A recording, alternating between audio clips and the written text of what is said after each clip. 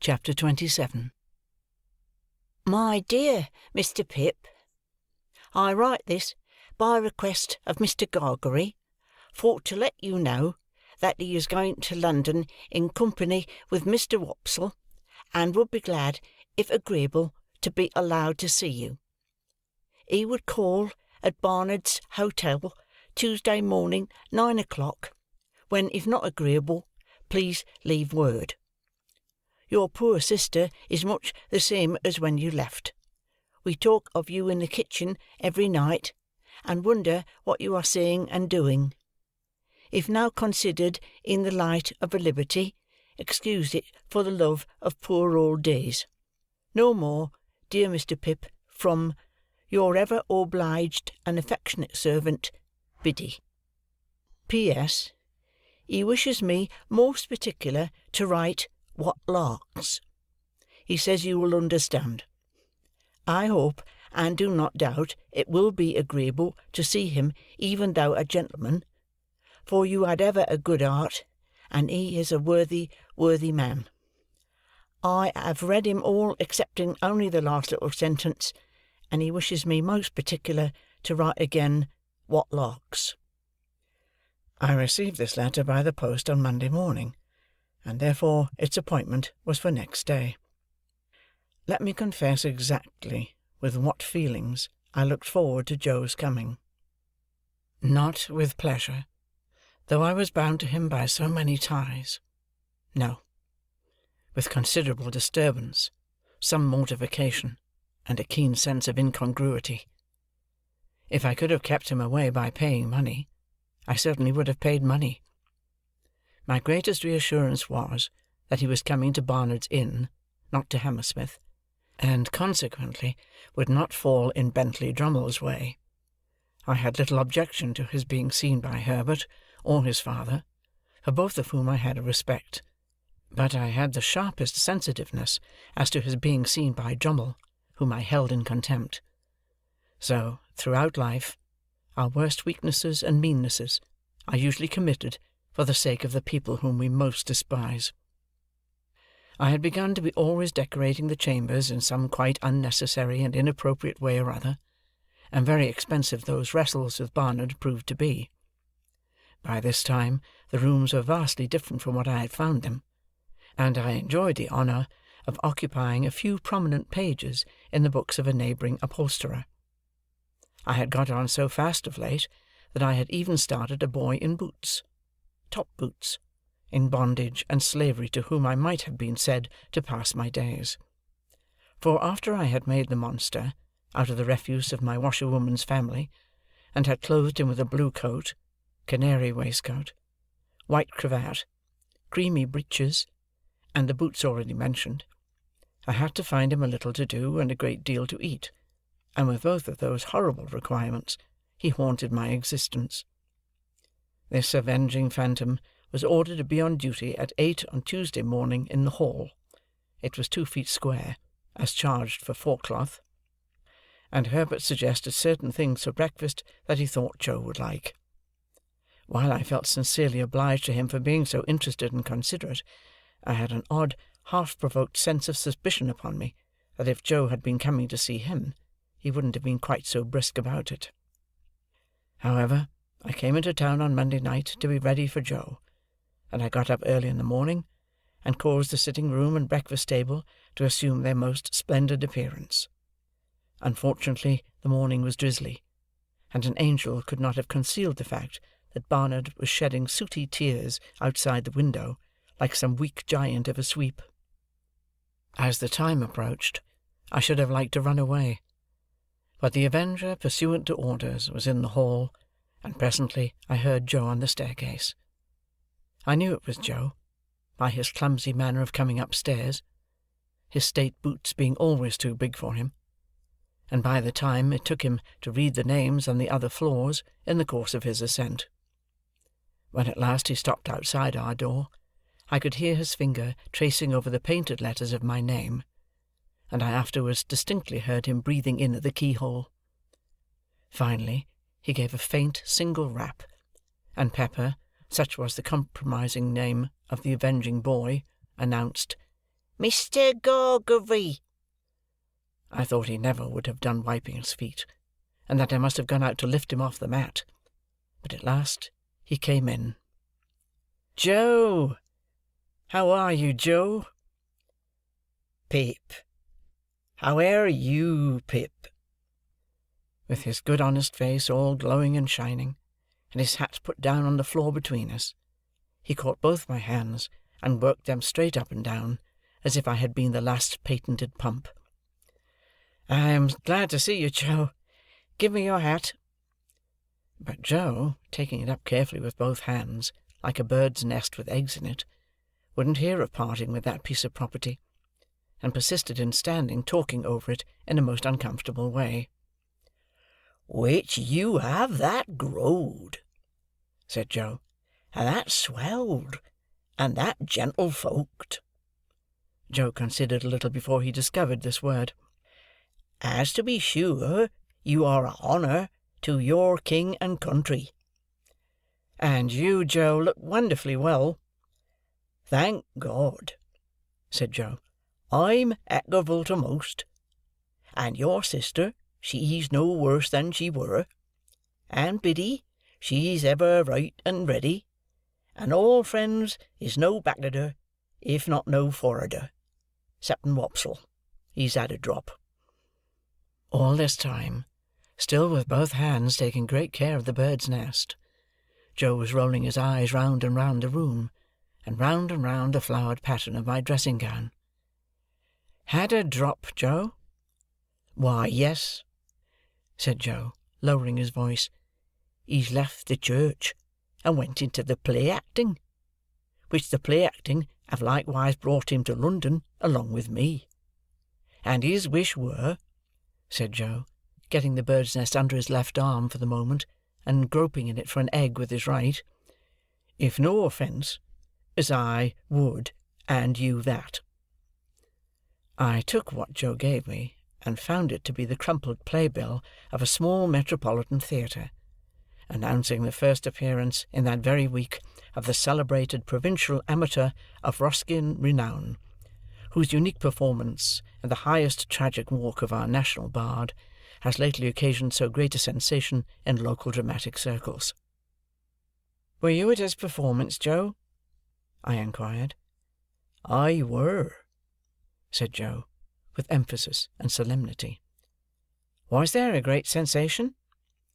"Why," said Joe, "yes, there certainly were a peck of orange peel, particular when he see the ghost, though I put it to yourself, sir, whether it were calculated to keep a man up to his work with a good heart, to be continually cutting in betwixt him and the ghost with Amen.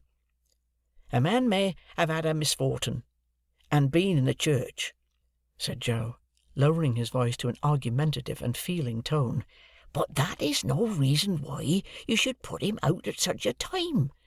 Which I mean to say, if the ghost of a man's own father cannot be allowed to claim his attention, what can, sir?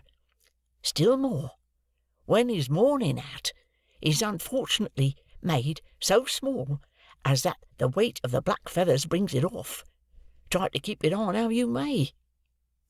A ghost-seeing effect in Joe's own countenance informed me that Herbert had entered the room. So I presented Joe to Herbert, who held out his hand, but Joe backed from it, and held on by the bird's nest. "Your servant, sir," said Joe, "which I hope as you and Pip." Here his eye fell on the Avenger, who was putting some toast on table, and so plainly denoted an intention to make that young gentleman one of the family, that I frowned it down, and confused him more. "I mean to say, you two gentlemen, which I hope as you get your healths in this close spot. For the present may be a wery good inn, according to London opinions," said Joe, confidentially, "and I believe his character do stand high, but I wouldn't keep a pig in it myself, not in the case that I wish him to fatten wholesome, and to eat with a mellow flavour on him." Having borne this flattering testimony to the merits of our dwelling-place, and having incidentally shown his tendency to call me sir, Joe, being invited to sit down to table, looked all around the room for a suitable spot on which to deposit his hat, as if it were only on some very few rare substances in nature that it could find a resting place, and ultimately stood it on an extreme corner of the chimney-piece, from which it ever afterwards fell off at intervals. "Do you take tea or coffee, Mr. Gargery?" asked Herbert, who always presided of a morning. "Thank ye, sir," said Joe, stiff from head to foot. "I'll take whichever is most agreeable to yourself." "And what do you say to coffee?" "Thank ye, sir," returned Joe, evidently dispirited by the proposal. "Since you are so kind as make choice of coffee, I will not run contrary to your opinions. But don't you never find it a little eating?" "Say tea, then," said Herbert, pouring it out. Here Joe's hat tumbled off the mantelpiece, and he started out of his chair and picked it up, and fitted it to the same exact spot, as if it were an absolute point of good breeding that it should tumble off again soon. "When did you come to town, Mr. Gargery?" "Were it yesterday afternoon?" said Joe, after coughing behind his hand, as if he had had time to catch the whooping cough since he came. "No, it were not." "Yes, "It were. Yes, it were yesterday afternoon," with an appearance of mingled wisdom, relief, and strict impartiality. "Have you seen anything of London yet?" "Why, yes, sir," said Joe. "Me and Wopsle went off straight to look at the Black and Ware'us, but we didn't find that it come up to its likeness in the red bills of the shop doors, which I mean to say," added Joe, in an explanatory manner, "as it is there drawed too architectural." I really believe Joe would have prolonged this word, mightily expressive to my mind of some architecture that I know, into a perfect chorus, but for his attention being providentially attracted by his hat, which was toppling. Indeed, it demanded from him a constant attention, and a quickness of eye and hand, very like that exacted by wicket-keeping. He made extraordinary play with it, and showed the greatest skill, now rushing at it and catching it neatly as it dropped, now merely stopping it midway, beating it up, and humouring it in various parts of the room, and against a good deal of the pattern of the paper on the wall, before he felt it safe to close with it, finally splashing it into the slop-basin, where I took the liberty of laying hands upon it. As to his shirt-collar and his coat-collar, they were perplexing to reflect upon, insoluble mysteries both. Why should a man scrape himself to that extent before he could consider himself full dressed? Why should he suppose it necessary to be purified by suffering for his holiday clothes? Then he fell into such unaccountable fits of meditation, with his fork midway between his plate and his mouth, had his eyes attracted in such strange directions, was afflicted with such remarkable coughs, sat so far from the table, and dropped so much more than he ate, and pretended that he hadn't dropped it, that I was heartily glad when Herbert left us for the city.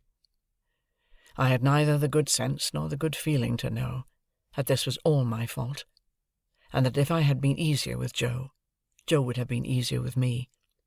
I felt impatient of him, and out of temper with him, in which condition he heaped coals of fire on my head.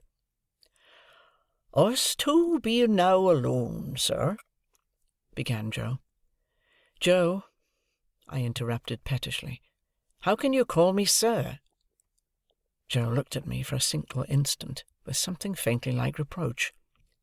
Utterly preposterous as his cravat was, and as his collars were, I was conscious of a sort of dignity in the look. "Us two being now alone," resumed Joe, "and me having the intentions and abilities to stay not many minutes more, I will now conclude, leastways begin, to mention what have led to my having had the present honour.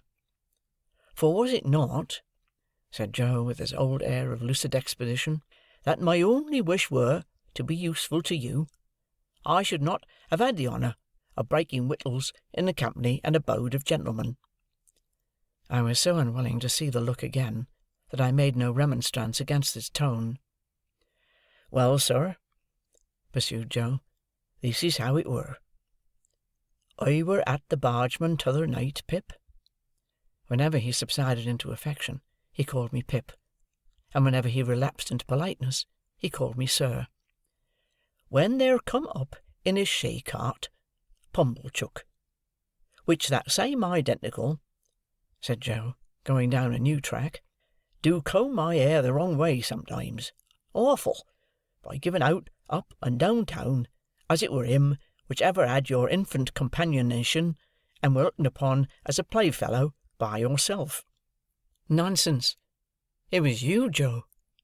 "Which I fully believe it were, Pip," said Joe, slightly tossing his head, "though it signify little now, sir. Well, Pip, this same identical, which his manners is given to blusterous, come to me at the Bargeman. What a pipe and a pint of beer do give refreshment to the working man, sir, and do not over-stimulate. And his word were, 'Joseph, Miss Havisham, she wished to speak to you.'" "Miss Havisham, Joe?" "She wish," were Pumblechook's word, "to speak to you." Joe sat and rolled his eyes at the ceiling. "Yes, Joe. Go on, please."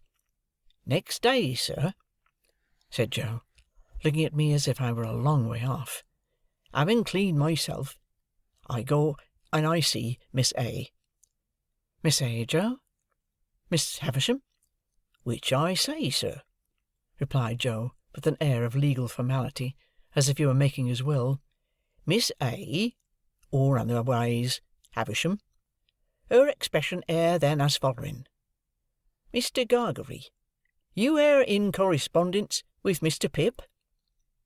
Having had a letter from you, I were able to say, 'I am.'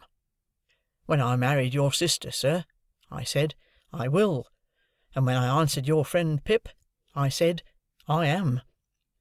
'Would you tell him, then,' said she, 'that which Estella has come home, and would be glad to see him.'" I felt my face fire up as I looked at Joe. I hope one remote cause of its firing may have been my consciousness that if I had known his errand, I should have given him more encouragement. "Biddy," pursued Joe, "when I got home, and asked her for to write the message to you, a little hung back. Biddy says, 'I know he will be very glad to have it by word of mouth. It is holiday time. You want to see him? Go.' I have now concluded, sir," said Joe, rising from his chair, "and Pip, I wish you ever well, and ever prospering to a greater and greater height." "But you're not going now, Joe?" "Yes, I am," said Joe. "But you are coming back to dinner, Joe?" "No, I am not," said Joe. Our eyes met, and all the sir melted out of that manly heart as he gave me his hand. "Pip, dear old chap, life is made of ever so many partings welded together, as I might say, and one man's a blacksmith, and one's a whitesmith, and one's a goldsmith, and one's a coppersmith. Divisions among such must come, and must be met as they come. If there's been any fault at all to-day, it's mine. You and me is not two figures to be together in London, nor yet anywheres else, but what is private, and be known and understood among friends. It ain't that I'm proud, but that I want to be right, as you shall never see me no more in these clothes. I'm wrong in these clothes. I'm wrong out of the forge, the kitchen, or off of the meshes. You won't find half so much fault in me, if you think of me in my forge dress, with my hammer in my hand, or even my pipe. You won't find half so much fault in me, if, supposing as you should ever wish to see me, you come and put your head in at the forge window, and see Joe the blacksmith, there, at the old anvil, and the old burnt apron, sticking to the old work. I'm awful dull, but I hope I've beat out something nigh the rights of this at last. And so, God bless you, dear old Pip, old chap. God bless you." I had not been mistaken in my fancy that there was a simple dignity in him. The fashion of his dress could no more come in its way when he spoke these words than it had come in its way in heaven. He touched me gently on the forehead, and went out. As soon as I could recover myself sufficiently, I hurried out after him, and looked for him in the neighbouring streets. But he was gone,